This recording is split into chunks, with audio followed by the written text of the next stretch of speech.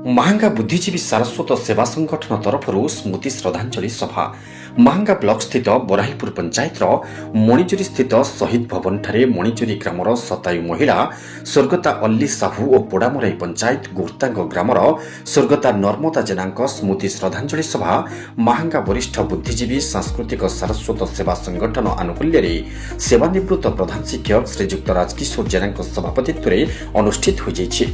प्रथमे अतिथि माने दुई दिव्यांगत महिषी महिला फटचित्र पुष्पधूप अर्पण करने पर दिव्यांगत अमृत आत्मार सद्गति 2 मिनिट नीरव प्रार्थना करा। उक्त श्रद्धांजलि सभारे दैत्यारी पट्टायत भागवत पाठ करथिबा बेले वेदपाठ करा।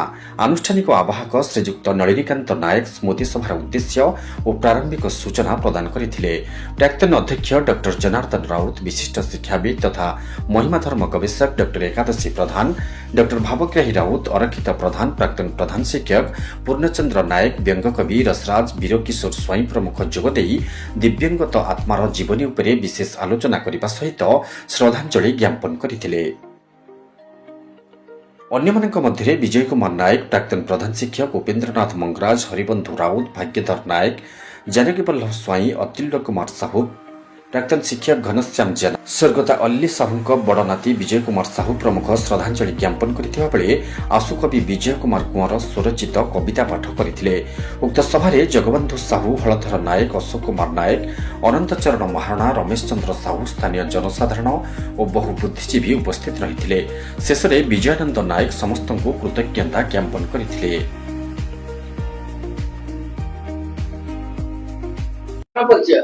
मु जानकी वल्लभ स्वाई, घर गोकन ग्राम।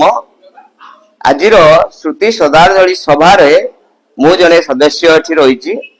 आज जो 2 जन मां देहांत श्रुति श्रद्धांजलि सभा अनुष्ठित होईची ताकू से सभा को आनुष्ठानिक भाव कार्यक्रम आरंभ करा जाईची एवं मोर सान भाई नलिनी ए सबूर व्यवस्था संपूर्ण भाव में करुची। तेणु से धन्यवाद दौची एवं समस्त समाज को मु गोटे वार्ता दौची जे प्रत्येक परिवार देहांत होइथिबा व्यक्ति मानकर सद्गति निमंते श्रुति श्रद्धांजलि सभा विभिन्न जगह हवा उचित।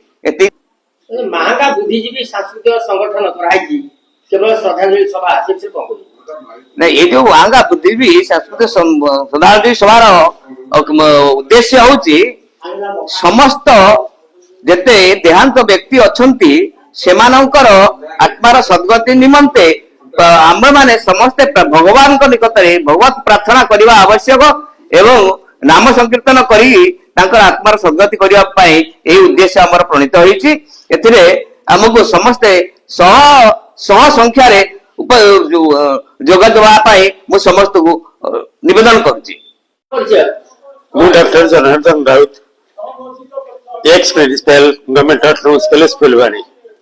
एठी शहीद भवन मणिजुरी जो स्मृति सभा 2 जन कराई स्वर्गता अली साहू एवं नर्मदा जेना यांकर आकाश बयस अनुपात होती झील माँ बोली देखा कि आम समस्त माता मार्तोनांग माता आड़ी नलिनी नायक गोकर्ण जो कार्यक्रम जारी रखिंट भविष्य जारी रहू आत्मार सद्गति निमंते एठी जो परी स्मृति सेवा करा धन्यवाद। मु घनश्याम जेना, घर देवरियो। आज यही आमर महांगा युव स्मृति सभार आयोजक आमर नलिनी बाबू, आमर राजकिशोर जेना जे आमर शिक्षक गुरु। आज यही 100 वर्षर जे होचंती अली साहू और नर्मदा जेना गोरतांगर भौरी पात्र ज्येष्ठ झील तांकरी आत्मार सद्गति निमंते आमे आज एठी एकत्रित होइछु। यही कार्यक्रम को आमर रहउचंती किए नलिनी सारे युवपीढ़ी के हमको प्रोत्साहन दौरान नुआ पिला माने युवपीढ़ी आकु केमिति कार्यक्रम आगु को आगेब से मध्य ताकू पिला माने को आनिकी एठी पहुंचौचंती। यही कार्यक्रम केमिति एमती चली रहू मु आज यही सभारे आज भगवान पाखरे 2 जनकर आत्मार सद्गति हो मु भगवान पाखरे प्रार्थना करछि। जय जगन्नाथ। ମାହାଙ୍ଗାରୁ ବିଜୟ କୁମାରଙ୍କ ରିପୋର୍ଟ ନିର୍ମାଣ ଲାଇଭ୍।